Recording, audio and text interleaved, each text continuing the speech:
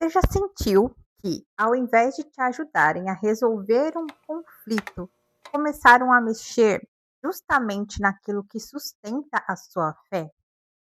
Pois é, no episódio de hoje eu vou entrar numa polêmica. Na verdade, eu não vou necessariamente entrar numa polêmica, mas eu vou aproveitar um assunto que rendeu bastante polêmica no X, nosso antigo Twitter, que era uma situação em que tinha uma psicóloga que se diz cristã, que ela estava ali se defendendo de um recorte de um post seu que viralizou lá o post dela era do Instagram e começou a viralizar lá no X, em que ela dizia que uma pessoa, eh, no caso ela como psicóloga, se ela tivesse um paciente que homossexual, tivesse convertido à fé cristã e que ele quisesse a a assumir o celibato, né, que ele quisesse se renunciar à sua vida sexual, e ela deveria apoiá-lo no sentido de ajudá-lo com os desafios que ele teria para lidar com a escolha dele, e não para interferir na escolha ou na opção dele. Por outro lado, outras pessoas, outros psicólogos inclusive, estavam acusando ela de propor uma cura gay, né, que seria como se ela estivesse tentando reverter a sexualidade do cliente com essa afirmação. Não vou entrar no mérito da questão específica, nem de homossexual, nem de psicólogos, mas eu acompanhei essa treta ela durou alguns dias ali. Na verdade, esse assunto é recorrente ali na questão de qual é o impacto da fé cristã para o psicólogo e também para o cliente. Essa psicóloga especificamente, ela defende que é importante que o paciente saiba, né, qual é a fé do psicólogo para que ele tenha ali a opção de escolher por alguém que compreenda a doutrina da sua fé, né, os princípios da sua fé. E outros já defendem que é indiferente, que é até melhor que não seja, que não existam psicólogos cristãos, que foram algumas coisas que eu li ali nessa treta, mas o ponto do vídeo de hoje é algo que eu não vi nenhuma das partes falar, nem a psicóloga cristã e nem os opositores dela. Eu não vi nessa treta toda, eu não vi algo que tá ali na linguagem, que tá ali justamente na narrativa, na história contada por ambos. Eu não vi ninguém falar isso que eu vou falar aqui nesse vídeo. Eu sou a Camila Covre, eu falo sobre traços de caráter, comunicação e sobre os padrões que moldam os nossos comportamentos. Inclusive esses que nos faz defender nossas causas, seja ela contra uma opinião contrária, ou seja ela nos posicionando firmemente de acordo com os nossos próprios princípios e valores. Vou trazer aqui um exemplo, um recorte de uma pessoa que respondeu essa questão ali no X, mas o ponto não é necessariamente fazer um react ou me posicionar a favor ou contra o que ele está falando diretamente, mas esse recorte especificamente ele tem alguns elementos que vão me ajudar a ilustrar o que eu vou tentar dizer aqui nesse vídeo a respeito de algo que eu fiz que me fez refletir. Na verdade, vendo toda aquela celeuma acontecendo, eu fiquei tentando justamente entender o que estava acontecendo ali, não necessariamente no assunto. O assunto estava claro o ponto de vista de um, estava claro o ponto de vista do outro, mas a questão que eu estava tentando entender era o ruído, o que estava acontecendo ali, porque eu percebi que tinha uma pessoa falando A, outra pessoa falando B, e quando a pessoa do A ia tentar se defender, ela continuava falando A e não percebia que não ia adiantar ela continuar falando A,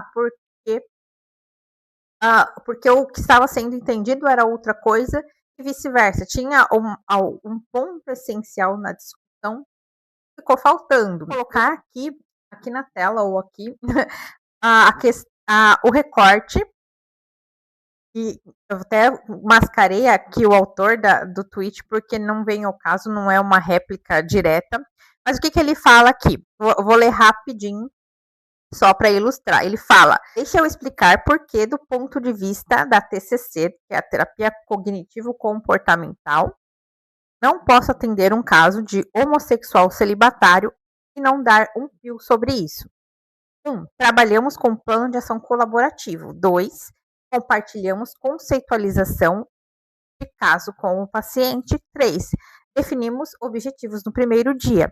Não tem como eu pegar um caso cuja análise funcional me mostra claramente que a crença é a raiz do problema e passar meses calado. Eu tenho obrigação de fazer avaliação para o paciente. Não é questão de falta de profissionalismo, ser emocionado ou ateu antirreligioso. É método. Pois então, tirando aqui o ponto essencial, o ponto da questão do homossexual ou não, vamos falar principalmente da pessoa cristã, independente ali de qualquer tipo de orientação, escolha, enfim, não sei como que é os termos corretos, mas independentemente mesmo da, da vida da pessoa, no quesito sexualidade, vida cristã, mas também não vou entrar no mérito de doutrina. O meu ponto aqui é a discussão, é a narrativa, o que está acontecendo aqui. E o que me surgiu de principal ponto qual é, afinal, a diferença entre crença e fé? E nesse ambiente do desenvolvimento pessoal, é comum nós falarmos bastante, eu mesma já falei aqui, tem vários vídeos no canal em que eu falo justamente sobre isso, sobre confrontar crenças, de quebrar crenças limitantes, de rever e atualizar crenças. Eu mesma, ao longo da minha vida inteira, eu revisitei muitas crenças, abandonei outras tantas, adquiri e assumi outras várias crenças ao longo da minha vida. No entanto, a minha fé, eu tenho aproximadamente ali desde 2006, que eu posso dizer com certeza absoluta que eu me converti em 2006. A fé cristã. Então, a minha fé, eu sustento ela, ou melhor, ela me sustenta também desde 2006. Antes eu tinha alguns conhecimentos, eu estava em terreno cristão, minha família de origem era católica, então eu tinha conhecimento. Agora, de escolha pessoal, de experiência pessoal, não vou nem falar em escolha, mas de experiência pessoal, começou a fé cristã na minha vida em 2006. Qual é a diferença? O que aconteceu de 2006 para cá? Eu confrontei várias crenças, eu conheci, né, tomei conhecimento de várias crenças, mudei outras tantas, mas a minha fé continua a mesma. Porque afinal, qual é a diferença? Qual é a diferença entre confrontar a fé de alguém ou confrontar as crenças dessa pessoa? Sendo que mesmo dentro das crenças, da fé, melhor dizendo, existem muitas crenças, ou seja, muitas doutrinas, muitas coisas fazem parte daquela fé, mas realmente elas podem estar sendo mal interpretadas ou bem interpretadas, mas mal apropriadas, mal realizadas, enfim, pode estar acontecendo algumas coisas na vida dessa pessoa em que ela não está conseguindo praticar as doutrinas daquela fé que ela tem, seja qual for. Eu falo como experiência da fé cristã, mas vale para qualquer uma. E a pessoa tem ali aqueles dogmas, ela tem aquelas doutrinas, tem aqueles princípios, aquelas práticas, ela pode ter maior ou menor capacidade de praticar, de aplicar aquilo na vida dela. Ela pode ter uma facilidade ou não. Isso independente se essa pessoa é um cristão homossexual, um cristão heterossexual, whatever. Não importa. Para qualquer pessoa, a regra é a mesma. A regra, o procedimento, né, a situação, desenrolar dos acontecimentos é exatamente o mesmo. Pô, que a crença é achar que é verdade, fé é confiar nessa verdade. A crença é Deus existe. A fé é eu confio em Deus. Ou, por exemplo, eu confio que a Bíblia é a palavra de Deus. Eu confio que o Senhor Jesus morreu na cruz para pagar pelos meus pecados. Por quê? Porque está lá na palavra de Deus, está na Bíblia. E mesmo antes de existir um livro chamado Bíblia, existiram as testemunhas, né? Existiram os apóstolos, os discípulos de Jesus que assistiram tudo isso, viram tudo isso e testemunharam toda essa boa nova de que o Senhor Jesus morreu pelos nossos pecados. Todo aquele que nele crê tem a vida eterna, né? Não vai morrer, não vai morrer, mesmo que morra aqui nessa vida, ainda nesse nossa vida é além da matéria. Então, isso é o que eu confio, isso é fundamentos da fé que eu tenho. Existem outros fundamentos, existem outros tipos de fé, mas esse é o princípio. Aquilo em que eu confio, aquilo que a pessoa confia. Claro que vem de uma crença, vem depende de eu acreditar que a Bíblia é a palavra de Deus, depende de eu acreditar no que a Bíblia fala. Ah, pode ter aqui, né, aqueles outros pontos que geralmente acontecem, de divergências de interpretação de texto, que muitas vezes é só isso mesmo, problemas de interpretação de texto, não tem muita questão teológica, é mais uma questão de aprendizado da língua materna, junto com também a questão, o ato de tradução, mas a maioria dos pontos é interpretação de texto na língua materna mesmo, o impacto da tradução já foi feito. Se nós temos uma Bíblia na mão, a tradução já ocorreu, nos cabe interpretar o que está ali. Claro que tem diferenças entre versões, não vou, o tema do episódio não é falar sobre a Bíblia, mas sobre a narrativa. O problema é que eu identifiquei, o problema não, né? A questão que eu identifiquei ali naquela polêmica, que eu não vi nenhuma das duas partes falando, foi justamente essa. Porque estavam ali, ela estava defendendo o direito da fé da pessoa, né? Da pessoa homossexual, de querer preservar, de querer se. Como é que eu posso dizer? De querer se preservar mesmo, não querer ter relações sexuais de nenhum tipo. Ao passo que o outro estava falando que ele não querer ter uma vida sexual homossexual era o problema. E aí entrou essa questão. Um estava atacando a fé do cliente, a outra estava falando da crença dele, estava falando do quais crenças estavam causando sofrimento no momento em que a pessoa escolheu por ser celibatário, por não ter relações sexuais, uma vez que ele entendeu pela fé dele que não é adequado a relações sexuais de qualquer modo, em qualquer contexto, qualquer situação. Enfim, aí o ponto é, tem ali algumas trocas de narrativa, é que o assunto é comunicação, não é religião, não é teologia, também não é psicologia. Os dois lá que estavam envolvidos na polêmica, dois não, são várias pessoas que estavam, a grande maioria lá são psicólogos, então do quadradinho deles, eles entendem, mas aqui falando de comunicação, eu me sinto no meu lugar de fala sobre como muitas vezes nós defendemos muito mais a narrativa que a gente construiu na nossa cabeça do que necessariamente a realidade dos fatos. Por exemplo, no recorte original da psicóloga, ela fala sobre uma pessoa foi pedir ajuda para ela, nem sei se foi um caso real, se ela estava só levantando uma hipótese, mas a pessoa foi pedir ajuda para que ela conseguisse praticar aquilo que ela se propôs. Então, ela tinha uma decisão de ser celibatário, de não ter relações sexuais de nenhum tipo, e ele foi pedir ajuda para isso. Então, a dificuldade dele é o que eu preciso fazer para que essa decisão minha aconteça. E aí, dentro da sessão, ele poderia falar qualquer coisa, quais as dificuldades, de quais os ambientes que ele vive, quais são as tentações, né, que forçam ele a isso. Poderia ser, tirar a questão do homossexual celibatário e coloca lá uma mulher que quer casar virgem.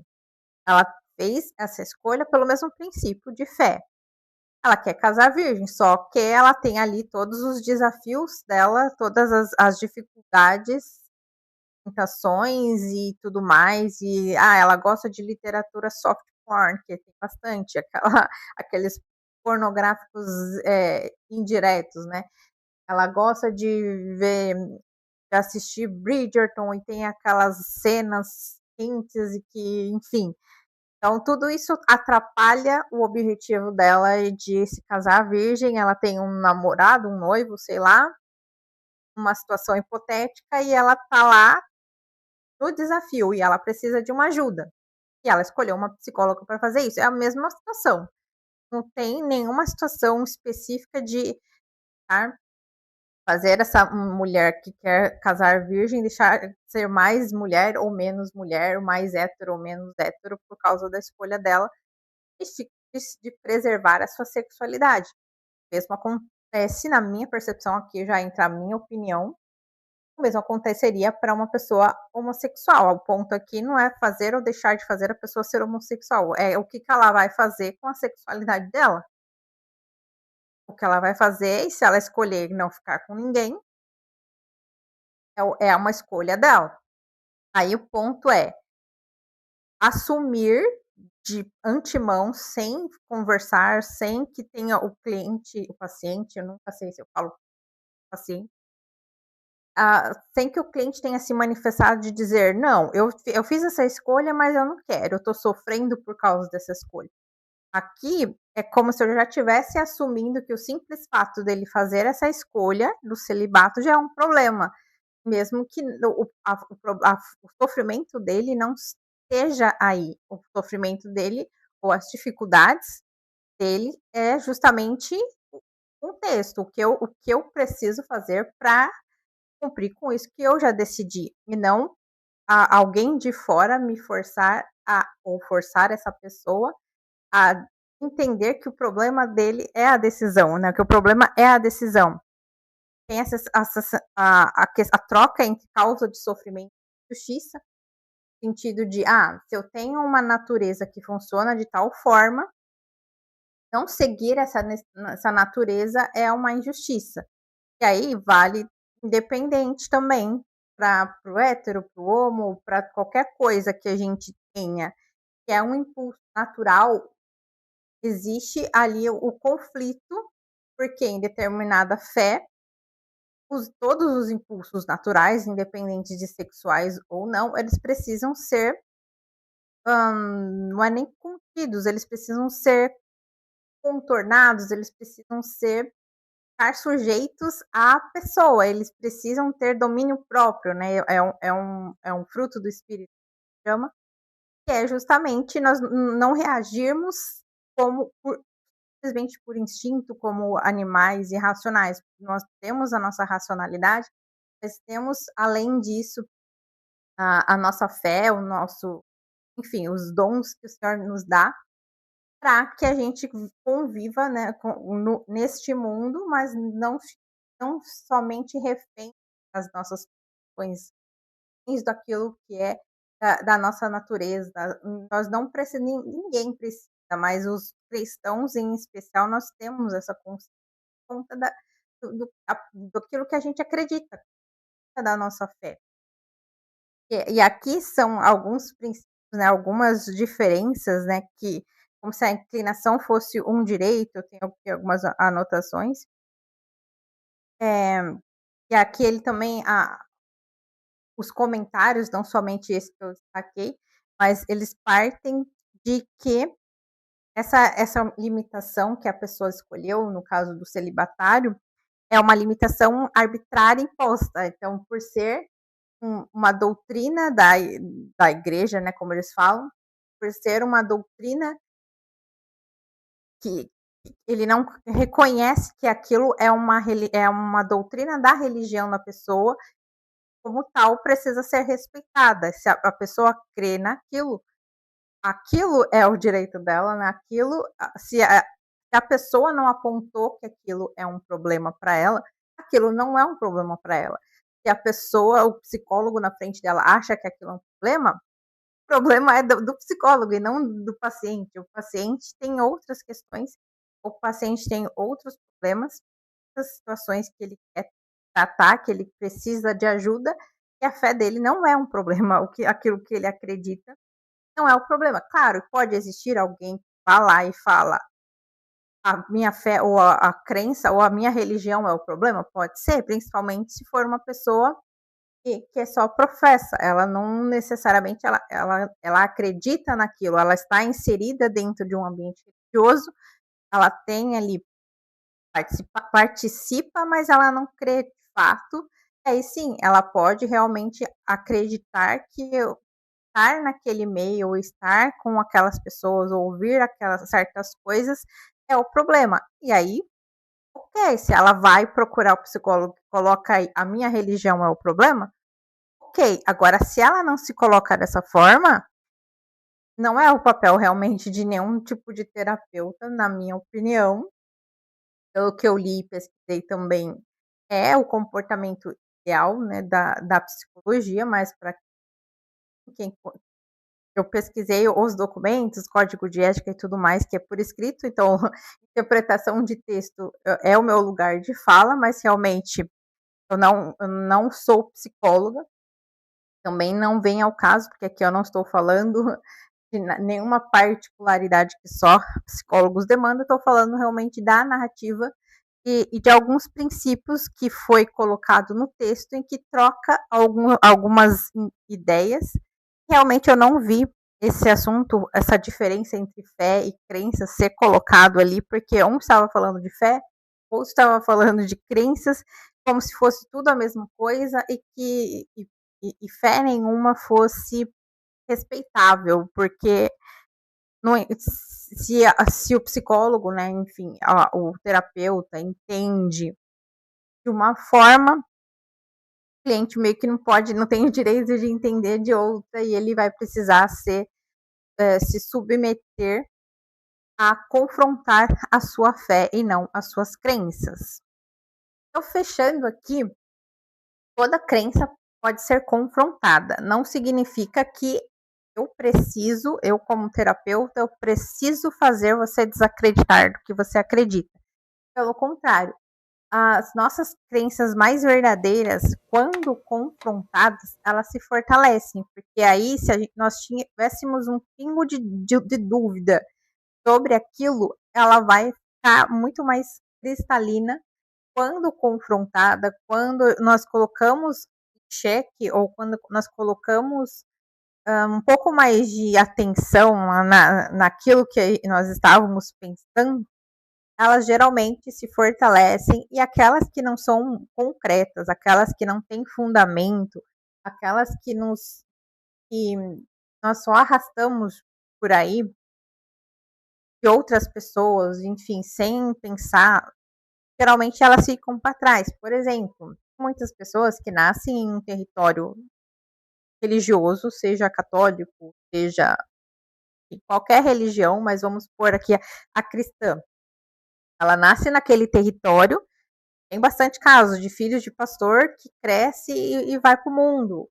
Ou, enfim, católicos que também largam a igreja depois que crescem, eles vão ali seguindo a família, seguindo a família de origem. Depois elas mudam, porque elas estavam naquele território ali, mas elas não acreditavam naquilo. Então, aquilo não virou fé, ela não passou a confiar naquilo só porque ela estava em contato com aquilo. Então, se uma crença não vira fé, nem toda crença vira fé, mas toda fé parte de uma crença naquilo que é como que eu posso dizer, é imaterial, aquilo que é transcendente, né? A fé especificamente, ela vem da confiança. Claro que falando de religião, é a fé em algo que vem do transcendente, que ela vem de Deus, vem de algo acima de nós. Mas existem fés, né, que nós confiamos em pessoas, nós confiamos em outras coisas que não necessariamente seja só relacionado à religião, mas a palavra fé está muito mais relacionada também, muito mais fácil de adequar a uma narrativa relacionada à fé. E toda crença pode ser examinada sem que isso toque aquilo que a gente confia, como eu falei, né? A minha fé cristã nasceu em 2026, desde então eu fui confrontando várias crenças, fui confrontando várias doutrinas dentro dessa mesma fé cristã que virou uma bagunça sem tamanho. Mesmo assim, a fé continuou lá, e não só continuou lá, como se fortaleceu cada dia mais,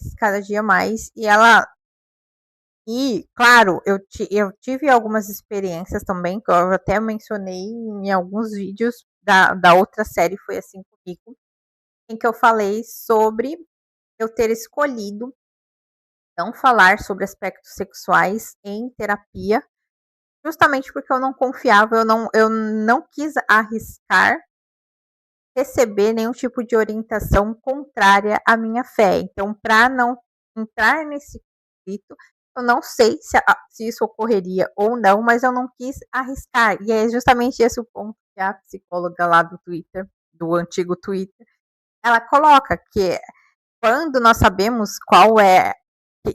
Nós sabemos que o profissional entende os princípios e as doutrinas da nossa fé, fica mais fácil a gente confiar certos assuntos a eles, não porque eles vão usar da religião no tratamento, mas porque eles vão entender, vão falar a mesma língua, que é justamente o ponto do vídeo.